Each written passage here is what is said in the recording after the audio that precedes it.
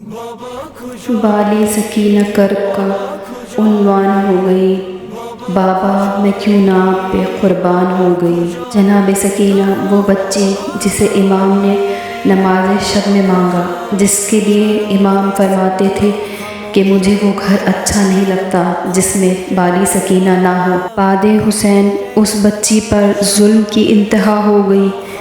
شہادت امام حسین کے بعد اشقیاء نے خیموں میں آگ لگا دی اور جناب سکینہ کے کرتے کا دامن جل گیا۔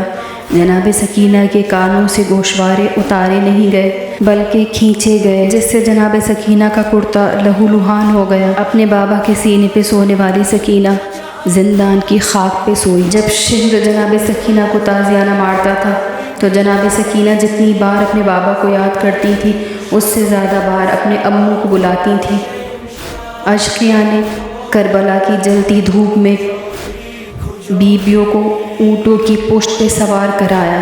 جناب سکینہ کا ننھا وجود اونٹ کی پشت پر بیٹھ کر زخمی ہو گیا۔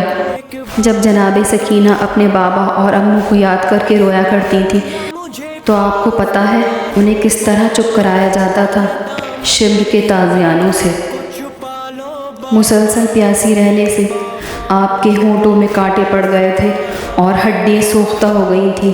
بی بی اپنے بھائی امام علی بن الحسین علیہ السلام سے فرماتی تھی کہ اے بھائی، مجھے ایسی جگہ دفن کرنا جہاں نمی ہو، کیونکہ پیاس کو برداشت کرتے کرتے میری ہڈیاں سوختہ ہو گئی ہیں اور بدن خستہ ہو چکا ہے۔ ایک دن بی بی نے اپنے بابا اور اموں کو یاد کرتے ہوئے اتنی شدت سے گریہ کیا کہ یزید ملعون اپنے محل میں بیدار ہو گیا اور امام کا سر انور تشت میں رکھ کر زندان میں بھیج دیا۔ تشت کے زندان میں آتے ہی جناب سکینہ تڑپ گئیں اور کہا کہ مجھے اپنے بابا کی خوشبو معلوم ہوتی ہے، کیا میرے بابا زندان میں تشریف لائے ہیں؟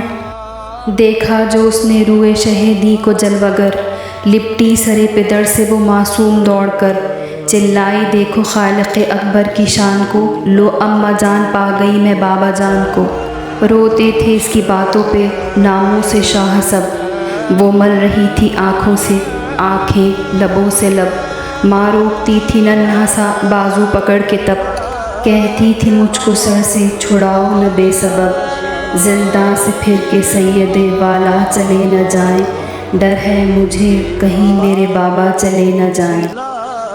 یہ کہہ کے جھک گئی سرے شہ پر وہ خستہ جاں، نہ وہ تڑپ تھی پھر نہ وہ زاری نہ وہ فغاں، غش ہو گئی یتیم ہوا سب کو یہ گماں، بے تاب ہو کے گود میں رونے لگی جو ماں، زینب پکاری باپ کی شیدا گزر گئی، گودی میں کس کو لوں گی سکینہ گزر گئی۔ بازو ہلا کے بانوئے ناشاد نے کہا، بی بی سرے پدر سے اٹھاؤ تو منہ ذرا، باتیں ابھی تو کرتی تھی آنسو بہا بہا، ساکت ہے نبض ہائے غضب سرد دست و پاں، منہ دیکھتے ہی زیست کا نقشہ بدل گیا، کس وقت سانس رک گئی کب دم نکل گیا۔ 4 سال کی ننھی شہزادی سکینہ، جسے اپنے بابا کے سینے پر نیند آتی تھی اور جسے شام کے ہولناک زندہ سے ڈر لگتا تھا، شام کے اسی ہولناک اندھیرے زندان میں اپنے پھٹے ہوئے اور جلے ہوئے کرتے کے ساتھ، وہ کرتا جو زخموں سے چپکا ہوا تھا، اسی کرتے میں جناب سکینہ کو زندان میں دفن کر دیا گیا۔ اپنی گودی میں میت اٹھا